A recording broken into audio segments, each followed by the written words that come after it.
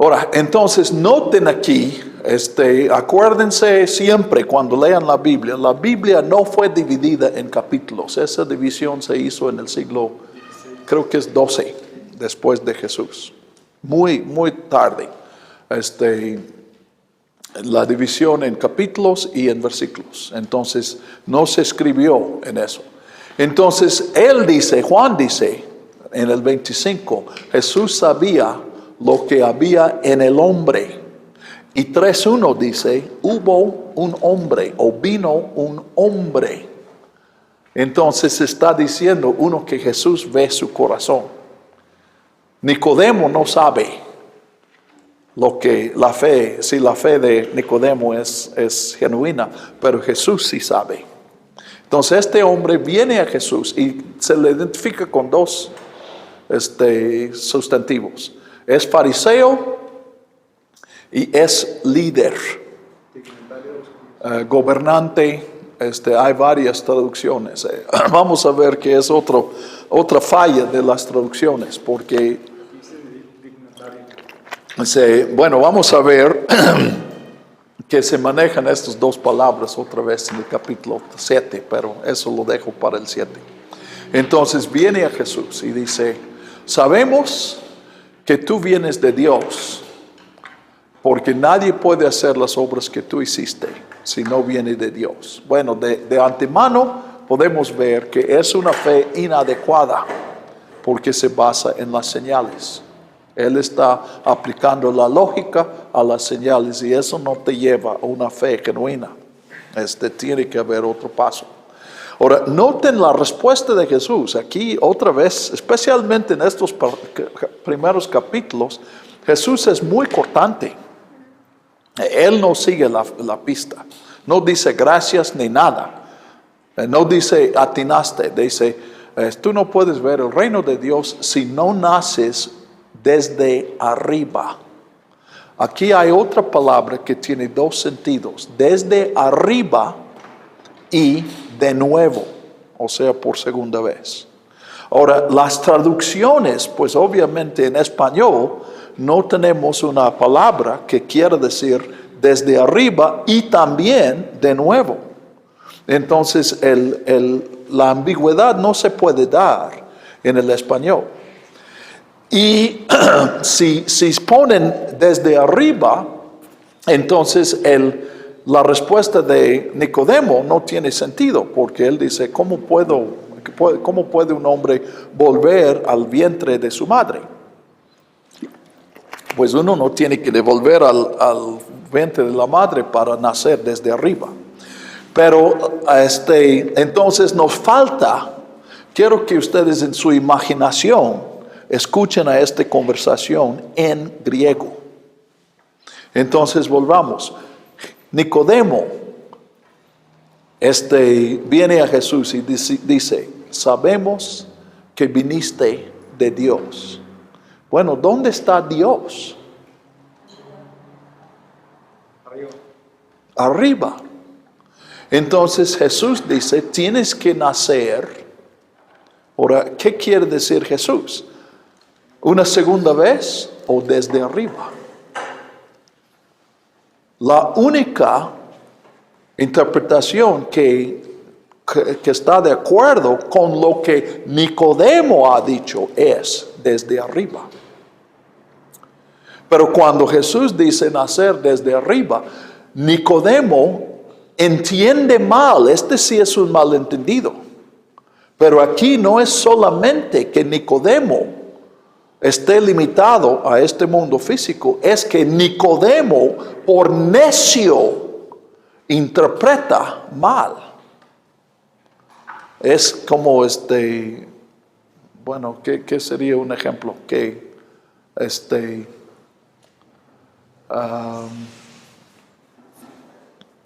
no se me viene a la mente, que son dos palabras que son sinónimas en español.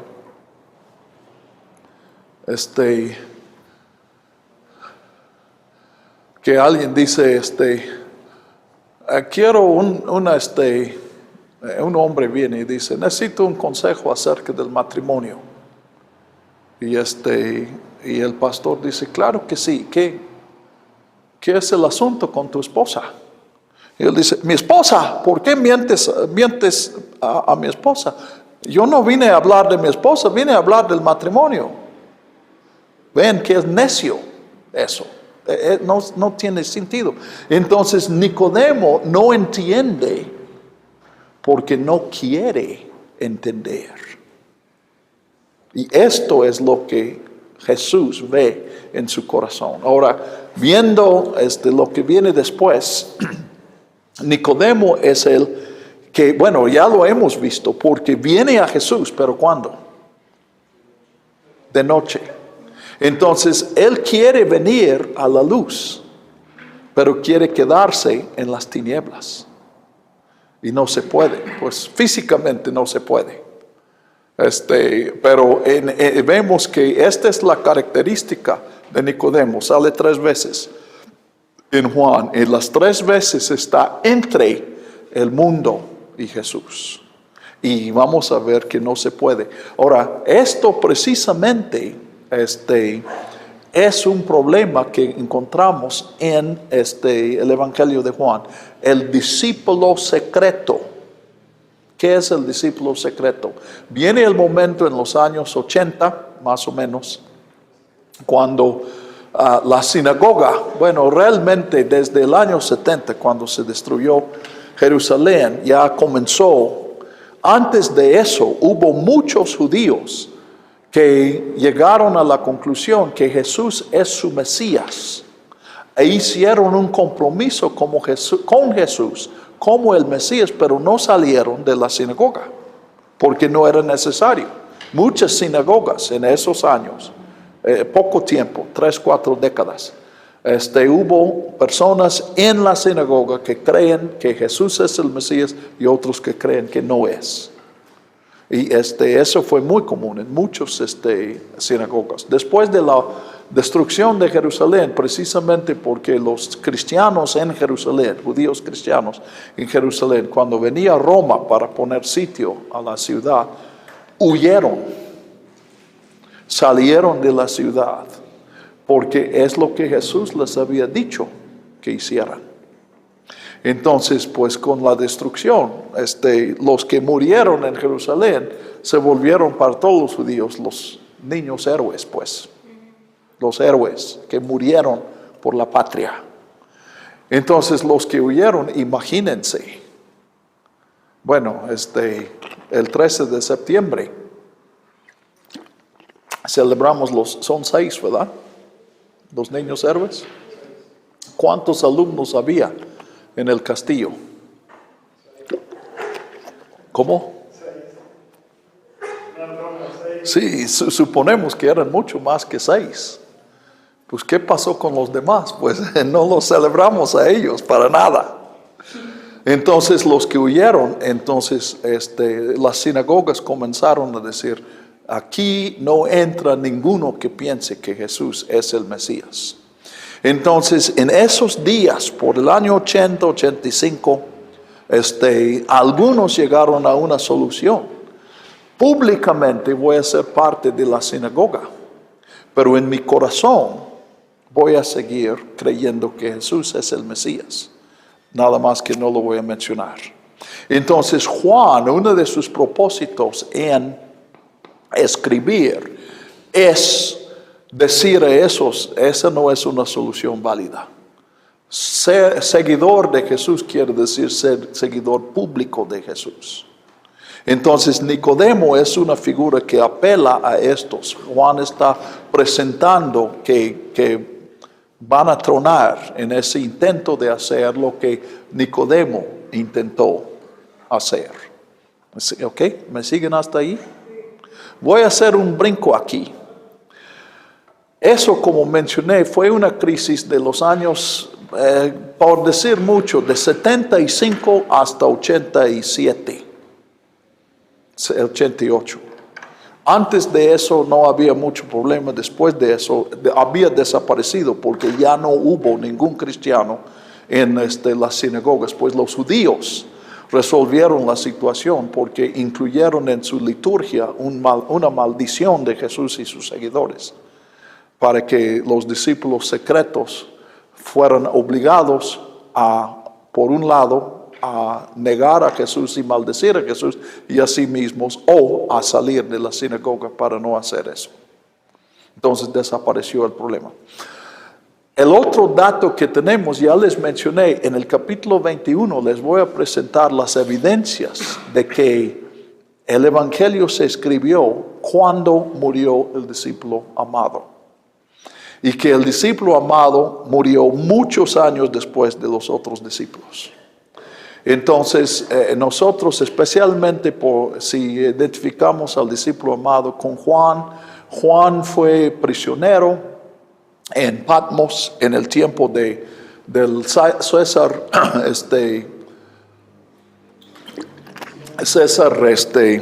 se me fue, Domiciano murió en el año 95, sí, 95.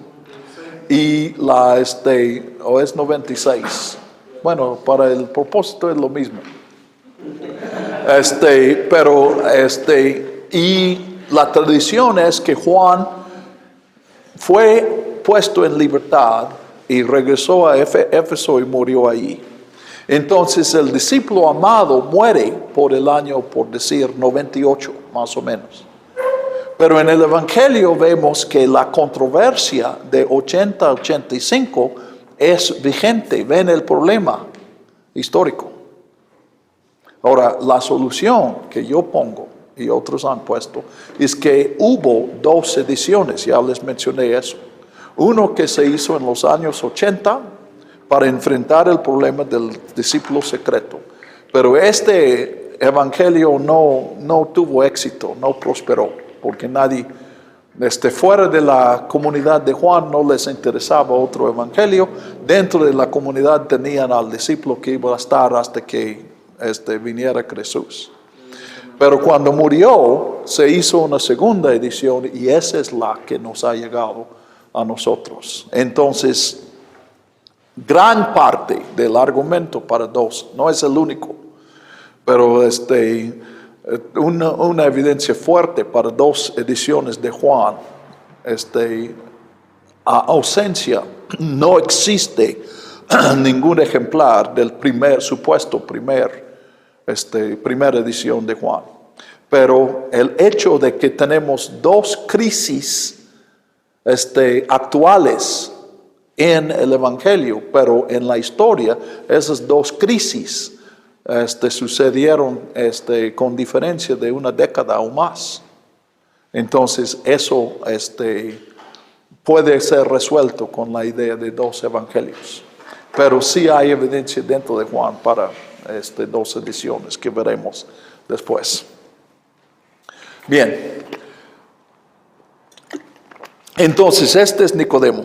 Entonces Nicodemo dice, ¿cómo puede pasar eso? Jesús le da más explicación. Él dice, uno tiene que nacer de agua y de espíritu. Entonces lo que está diciendo es, no estoy hablando de nacer del vientre de tu madre, estoy hablando de nacer en el mundo espiritual por la iniciativa del Espíritu de Dios. Y el agua, como en el capítulo 1, es símbolo del Espíritu. Igual que el bautismo de Juan no tiene significado en sí, sino que apunta hacia el bautismo que hace Jesús en el Espíritu. Igual el agua aquí no está hablando de otro nacimiento, sino del agua. En el caso, los lectores de Juan pensarían en el agua del bautismo, que representa el nuevo nacimiento en el Espíritu. ¿Ok? Entonces, voy a tratar de resumir un poco el diálogo aquí. Básicamente, Jesús explica y Nicodemo dice, ¿qué es lo que dice por el 7? Es Jesús que sigue explicando. Y luego, después de decir, estoy hablando de nacimiento desde arriba, que ya había dicho, en el 8 él dice, esto es algo que tienes que aceptar sin entender. Otra vez vuelvan al caso de Lucy y Edmund. Hay que confiar en las personas y no en las evidencias físicas acerca de eso. Otra vez, si puedes ponerte en el lugar de Susan y Peter, lo que Lucy está diciendo es algo que es imposible, igual para nosotros. Nosotros leemos eso como cuento o vemos la película y aceptamos. Pero si alguien dijera, oh sí, en la casa de mi abuela hay un ropero igual. Sí, nos reímos, es imposible. Pero hay que suspender eso y confiar en las personas. Y eso es lo que Jesús está diciendo a Nicodemo en los versículos del 6 al 8. Tienes que confiar que yo les esté diciendo la verdad, porque no hay evidencias que te puedan convencer que estoy diciendo la verdad. Por eso dice en el 8, él dice, pues así aceptas al viento. Tú has visto que el viento mueve las cosas, pero nunca has visto al viento. No sabes de dónde viene, no sabes a dónde va. Ahora, hoy sí tenemos más nociones de cómo se genera un viento. Pero cuando habla Jesús no se sabía nada de eso. Entonces él dice, simplemente tienes que creer, tienes que aceptar que es así. Para nosotros, yo pienso en la televisión. ¿Quién me puede explicar cómo esas imágenes que están grabadas y pasan por el aire y aparecen en esta pantalla? Son señales electromagnéticas. No entendemos nada de eso, pero eso no limita el hecho de que vemos. Simplemente aceptamos que funciona y prendemos la tele y aprendimos o matamos al cerebro o lo que pretendemos cuando estamos viendo la tele. Por un lado, en la misma tele nos dicen que Chespirito murió, pero puedes cambiar el canal y ahí está, todavía hablando. Entonces, Jesús está diciendo, en el 8 todavía, noten que dice, así es todo aquel que nace del Espíritu. Aquí también la traducción, debemos entender que es viento en 3.8 y espíritu en 3.8 es la misma palabra, es pneuma, la base de neumático. ¿Quieres en español o en griego?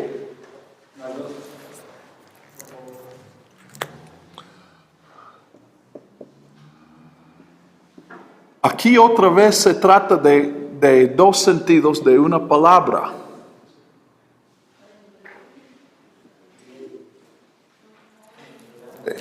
Neumático, pues de hecho en español perdemos la P. En inglés se escribe con T. Entonces él dice, así es el pneuma, viento, espíritu.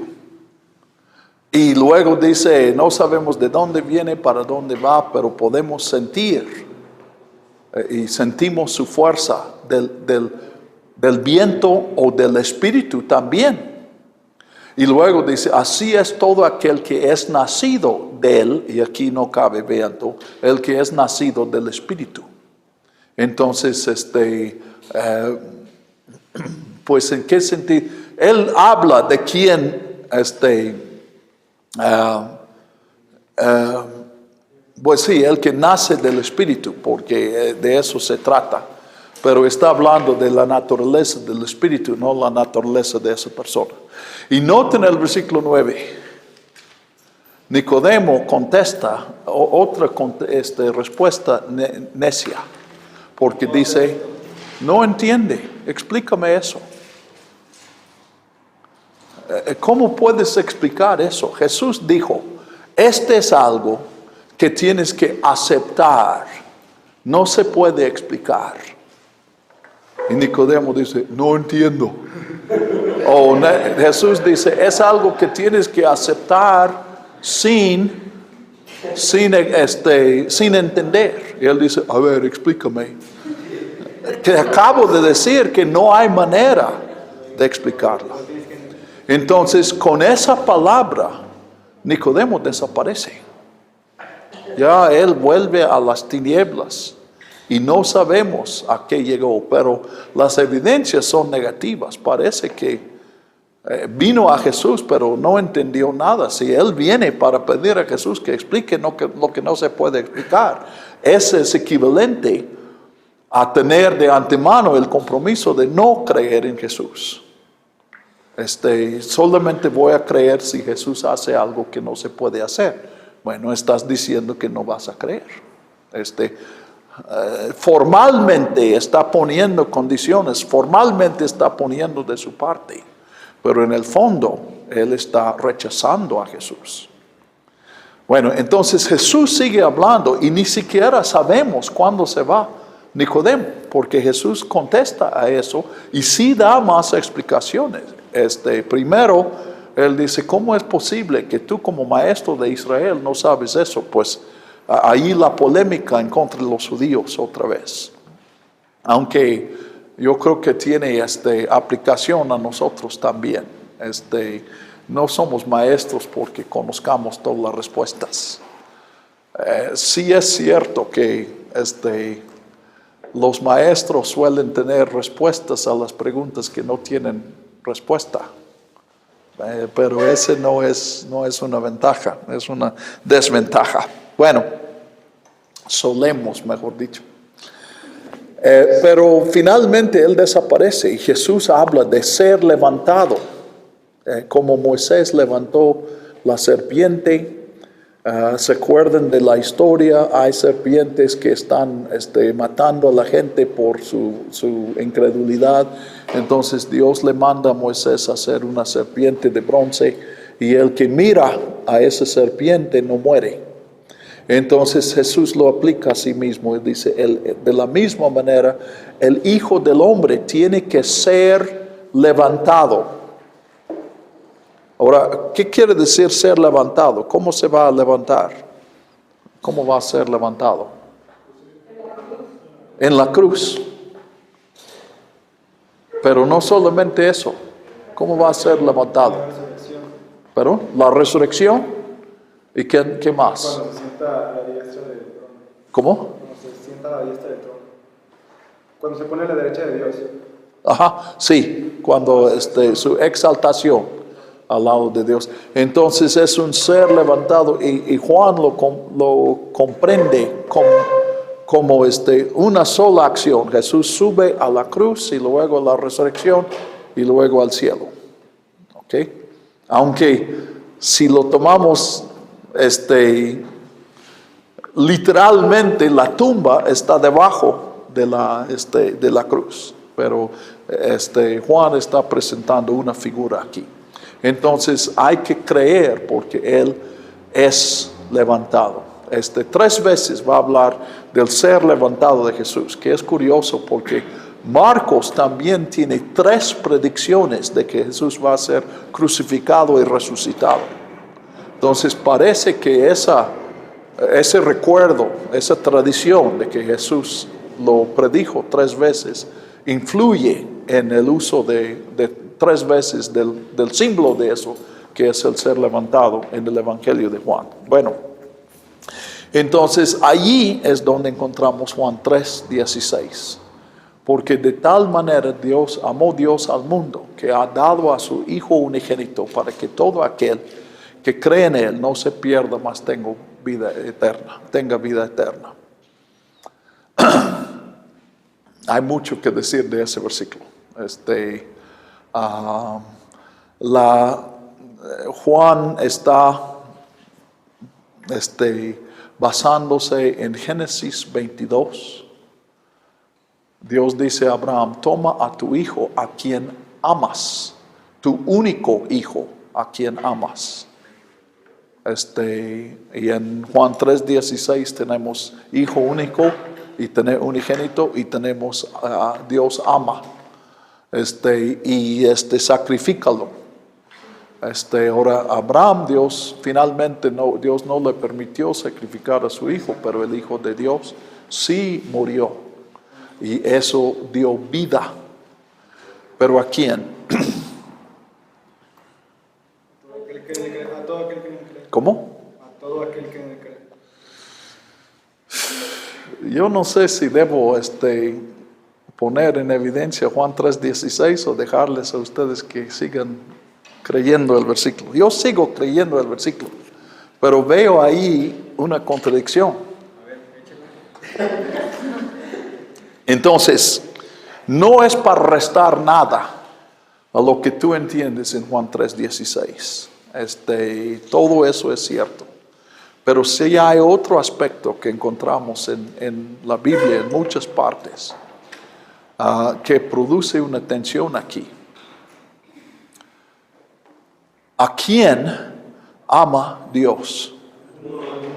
¿A quién le da vida Dios? Según 3:16.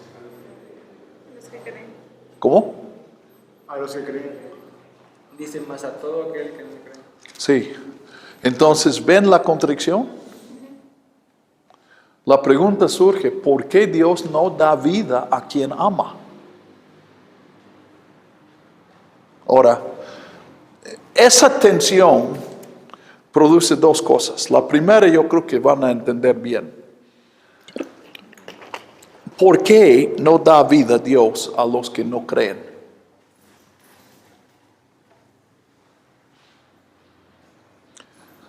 Les recomiendo que sigan reflexionando en eso, pero yo voy a dar mi respuesta.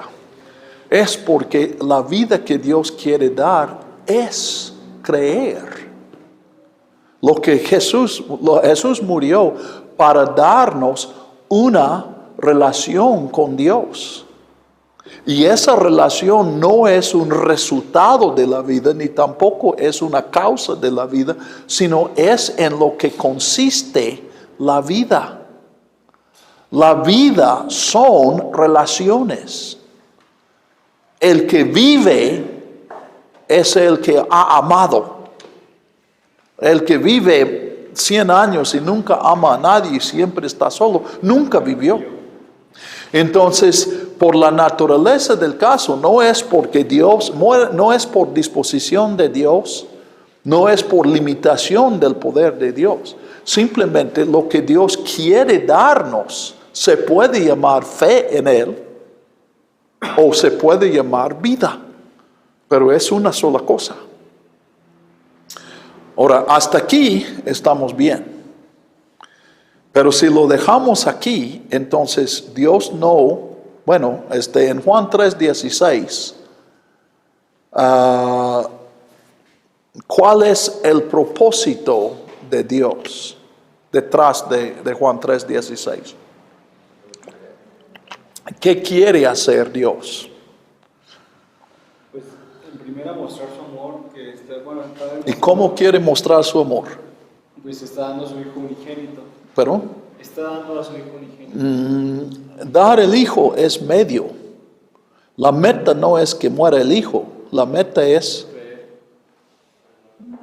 Creo que no. ¿Qué es lo que quiere Dios a través de su hijo? Jesús muere para que Dios... 3:16. ¿Cómo? La relación. Ok, sí, está implícito, está más que implícito la relación. Pero ¿qué es lo que si Dios ama, qué quiere dar Dios a quien ama? Vida. Quiere dar vida a quien ama.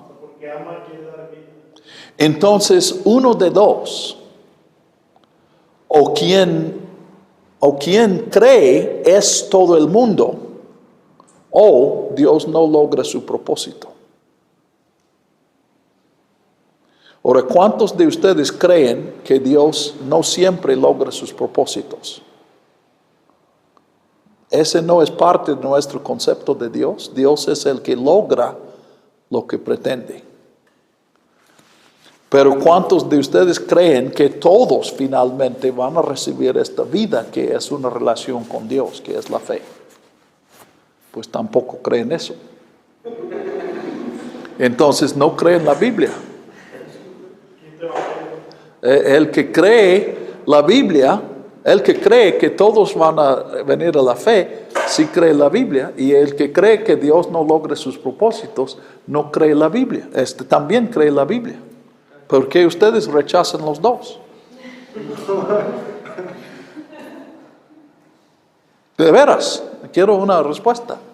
¿Por qué no creen que Dios, por qué rechazan la idea de que Dios no logra sus propósitos?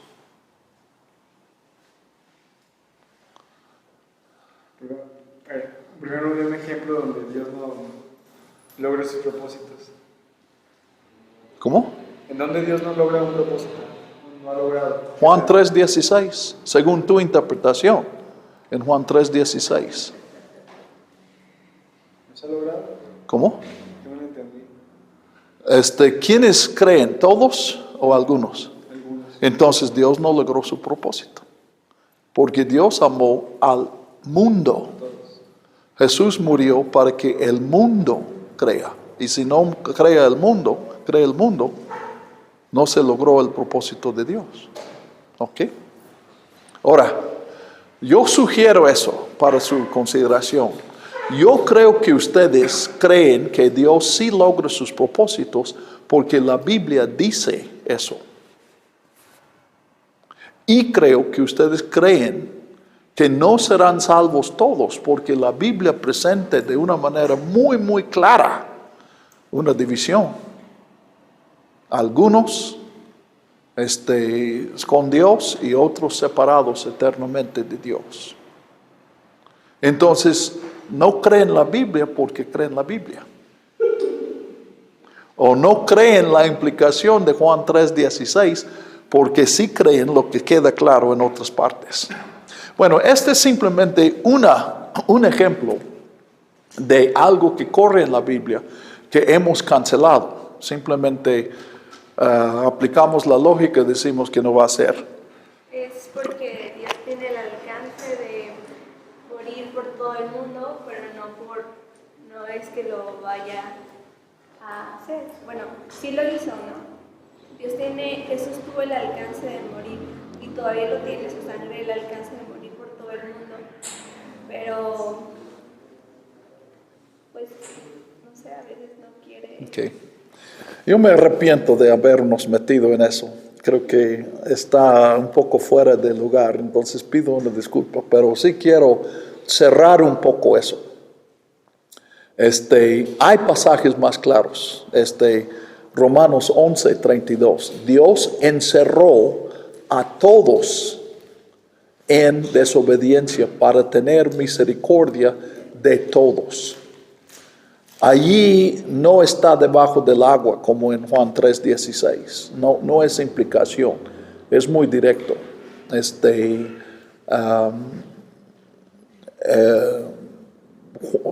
Apocalipsis 14.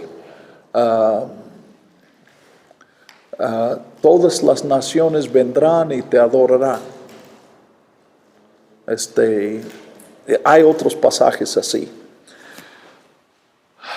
Mi conclusión es que tenemos esos dos cuadros. Uno es una gran separación que tenemos al final de Juan 3:16. Algunos con Dios, otros separados de Dios. Pero también hay un cuadro de que Dios sí logra su propósito. Y Él salva a todos los que ama. Que Dios logra que todos los que Dios ama responden en amor hacia Dios. Entonces, igual que la tradición que ustedes han heredado, toma la gran separación y usan eso para cancelar el universalismo. Y dicen, No se van a salvar todos, porque dice la Biblia claramente. Entonces, cuando dice que todos se van a salvar, quiere decir otra cosa. Y sin pensar, simplemente hacemos eso. Yo creo que es más lógico entender que los dos cuadros se cancelan. Cuando habla de la salvación de todos, la Biblia no está describiendo el fin del mundo. Porque si ese fue el propósito, entonces no encontraríamos en la Biblia los cuadros de la gran separación.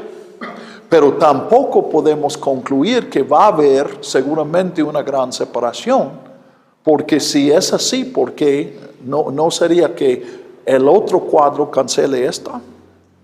Entonces, a lo que yo he llegado es que la advertencia, la gran separación, Juan 3:16b, los que viven son los que creen. Solamente los que creen no perecen. Está ahí no para que sepamos lo que va a pasar en el juicio. Está ahí para que nosotros tomemos nuestra decisión hoy, para que entendamos el peligro en que nosotros estamos ya. Y sacar de ahí una enseñanza, una doctrina acerca del fin del mundo es aplicar, es malentender, es aplicar a la Escritura a lo que no está diciendo. De la misma manera, pero entonces, ¿por qué está el otro cuadro? Por la misma lógica, el otro cuadro no puede ser una predicción del fin del mundo. Porque si fuera eso, no encontraríamos el cuadro de la gran separación. Entonces, el cuadro de la salvación de todos está ahí para revelarnos el corazón de Dios, el propósito de Dios. Y eso es lo que tenemos en Juan 3:16. Cristo murió porque Dios quiere que el mundo se salve. Para que Dios quiere que el mundo venga a creer. Entonces, finalmente, yo he perdido mi seguridad acerca de lo que va a pasar en el día del juicio. Yo tengo que mantener las dos posibilidades. Y no sé cuál de ellas se va a realizar. Creo que no se puede saber antes del fin.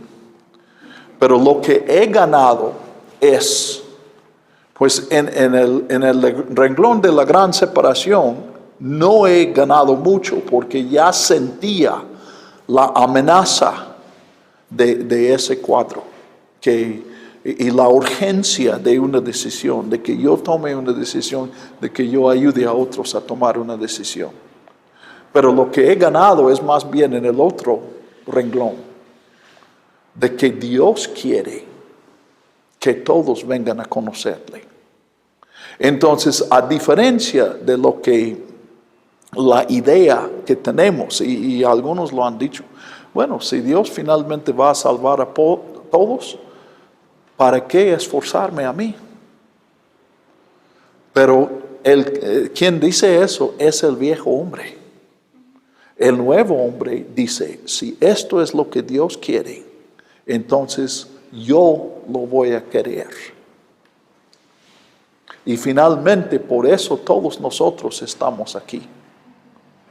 Realmente, aunque sí nos equivocamos a veces y pensemos de esta manera, no estamos aquí porque si no nos preparamos bien y si no vayamos a los otros, ellos se van a perder. Esa no es la motivación. La motivación es Dios quiere alcanzarlos y yo quiero cooperar con Dios.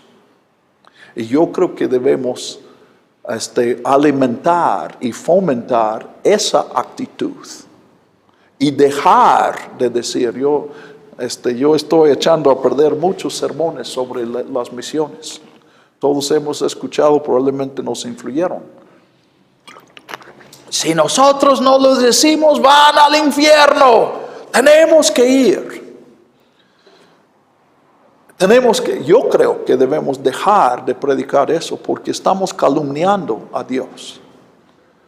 En efecto, estamos diciendo, Dios no es capaz de alcanzarlo si no le ayudo yo. Y eso es mucha soberbia, muchísima soberbia. Pero finalmente, pues yo lo he plantado de esta forma, otra parábola, que Jesús dice, te llamo a Manaus, vamos a tomar Manaus. Te llamo a Manaus. Hay en Manaus gente que no me conoce. Y quiero que tú vayas y les digas.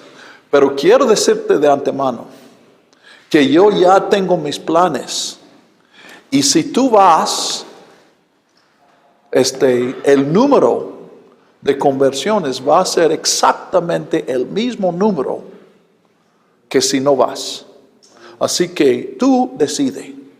Si tú te quedas aquí y trabajas duro y te haces rico, los salvados van a ser exactamente los mismos.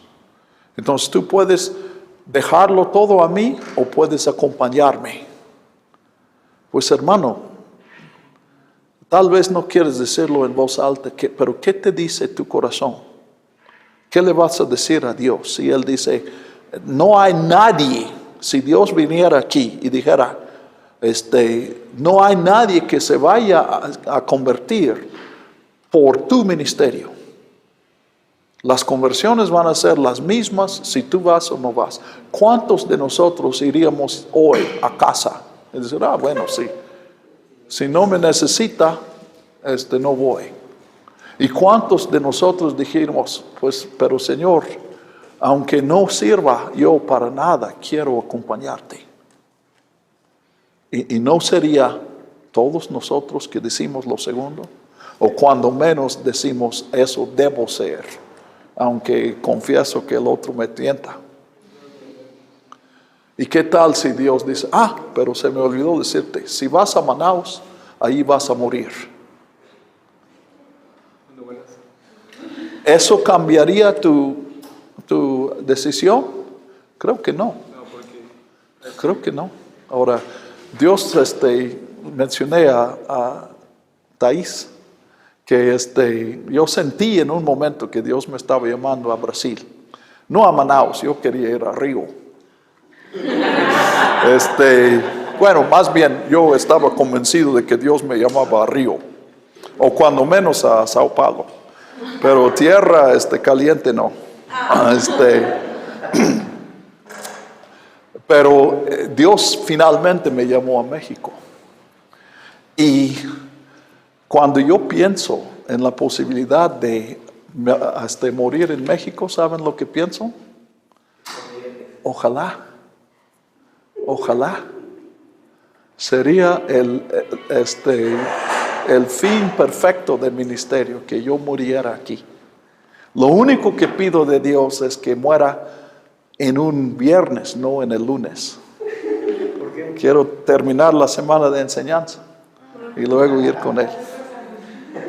Ahora, da la casualidad que hace año y medio, en agosto, un viernes, yo terminé aquí una materia, y varios de ustedes estaban aquí, y salí para México. Llegué a México en el camión, fui en el metro, y iba a Lomas Verdes y subí al micro, y el muchacho que estaba junto a mí sacó su pistola y se ofreció para cumplir mi deseo. ¿En serio?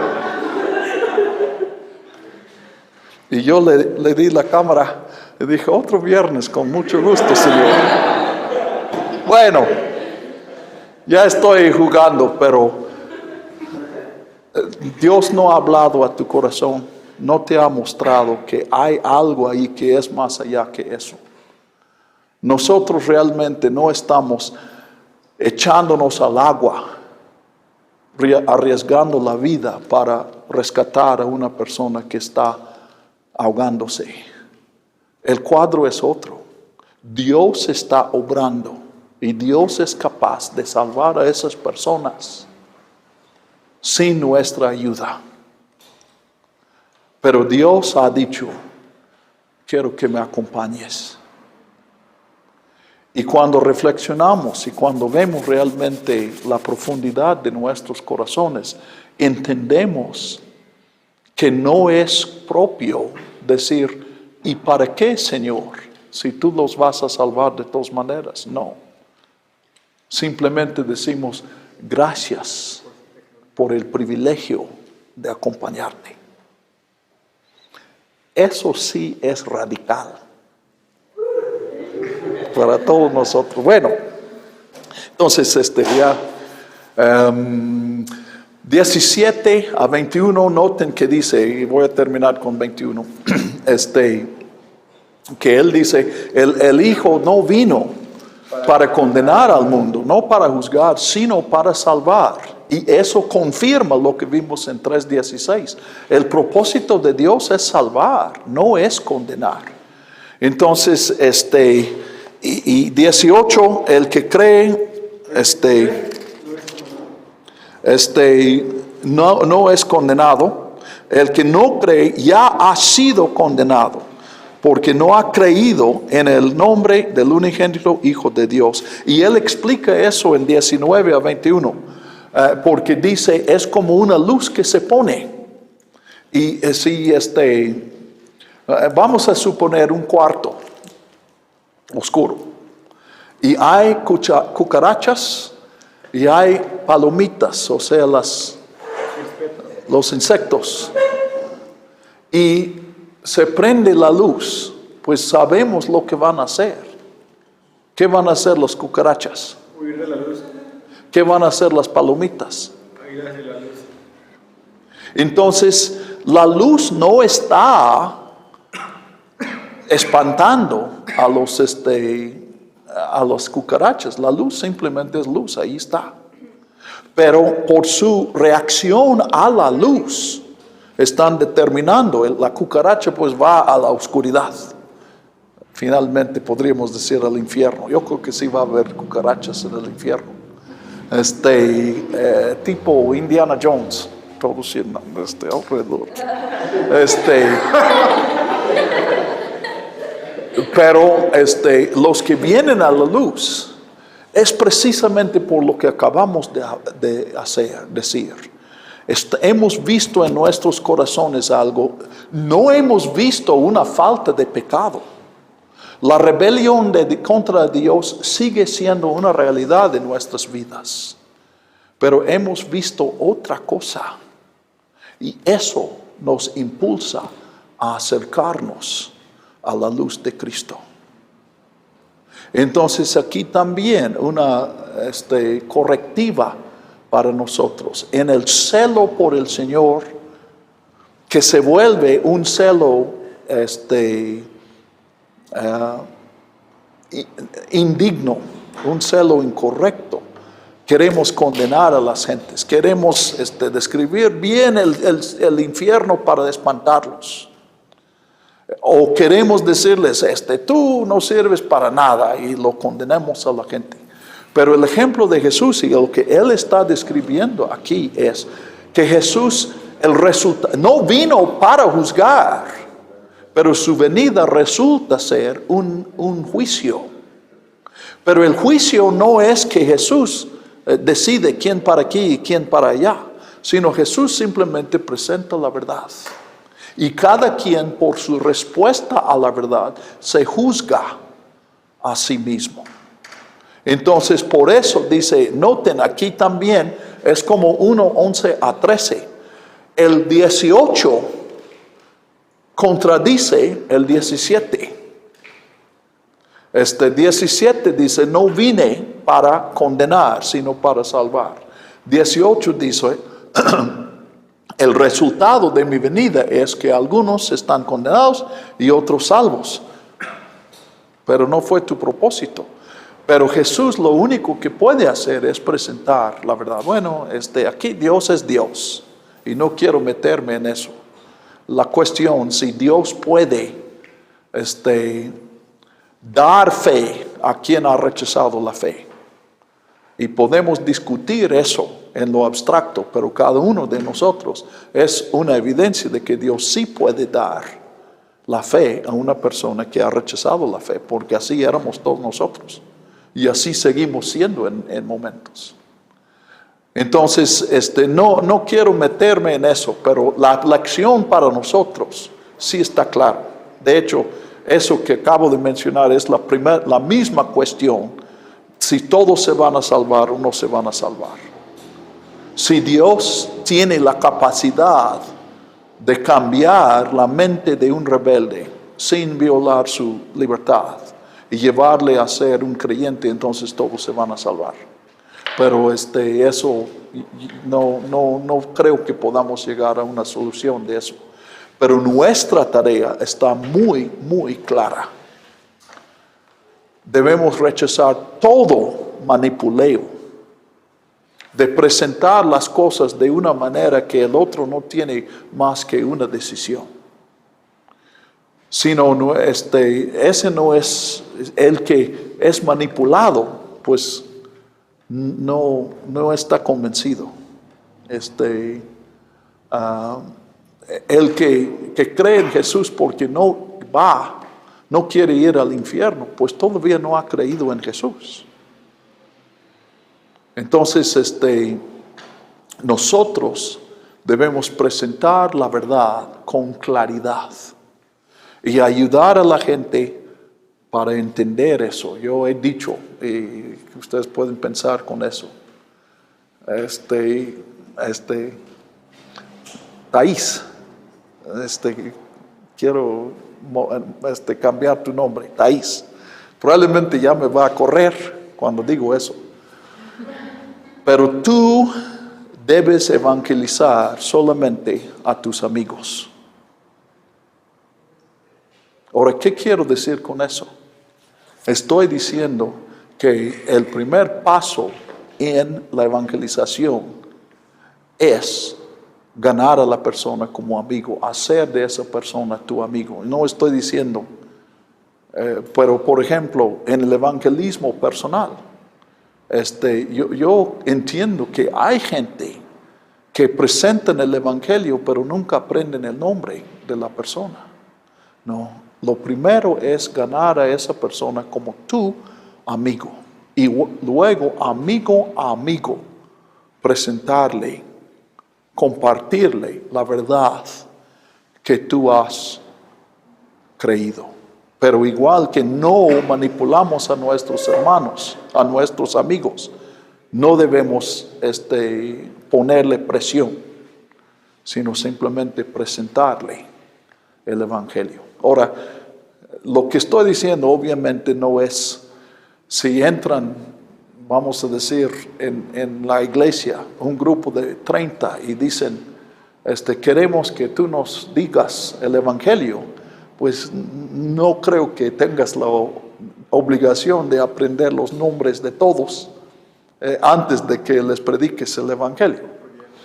Pero en tu obra, en tu diseño, en tus planes, siempre debes pensar en eso. Primero es ser amigo de la persona y segundo, no primero, es compartir a Cristo. Porque Cristo se comparte a amigos. ¿Por qué? Porque Cristo se comparte por amigos. ¿Y qué es uno que es tan amigo mío que quiere que yo conozca a Cristo, pero no es tan amigo mío que aprenda mi nombre? Eso no es congruente. Bueno, muy bien. ¿Preguntas? No, solamente Sí, sobre el versículo 18 dice, el que no cree no es condenado, pero el que no cree ya ha sido condenado. Bueno, la otra vez estaba escuchando una reflexión sobre que, no sé en qué idioma fue escrito Juan. ¿Usted sabe? ¿Quién? El libro de Juan, ¿Quién escribió? ¿en qué idioma fue escrito? ¿En qué idioma? Griego. Griego. Bueno, no recuerdo en cuál idioma le habían dicho de que en ese solamente existe. Okay, sí. Dijo Dios, sí. Ajá. Pero es que no recuerdo bien la reflexión que habían dicho de que en ese idioma no hay pasado ni hay futuro, solamente hay presente. No. Te dijeron mal. El griego sí tiene los dos tiempos. El hebreo del Antiguo Testamento es un poco distinto, pero las ideas sí están allí, de pasado, presente y futuro. Entonces me dijeron puras mentiras. ¿Cómo? En general, Jonathan, cuando sacan una lección espiritual de la gramática de idiomas, porque normalmente los que sacan eso son personas que no conocen esos idiomas, puedes, ya en ese caso puedes tener la seguridad que lo que dicen no es cierto. Sí, no es por la gramática. Primero, Dios dio su evangelio, quiere dar su evangelio en todos los idiomas, no en algún idioma especial. Dios escogió el griego no porque sea, y sí se ha enseñado eso, que fue el mejor idioma que jamás había existido. Eso no es cierto. Dios escogió el griego para dar su mensaje, porque el griego es lo que hablaba la gente en los mercados.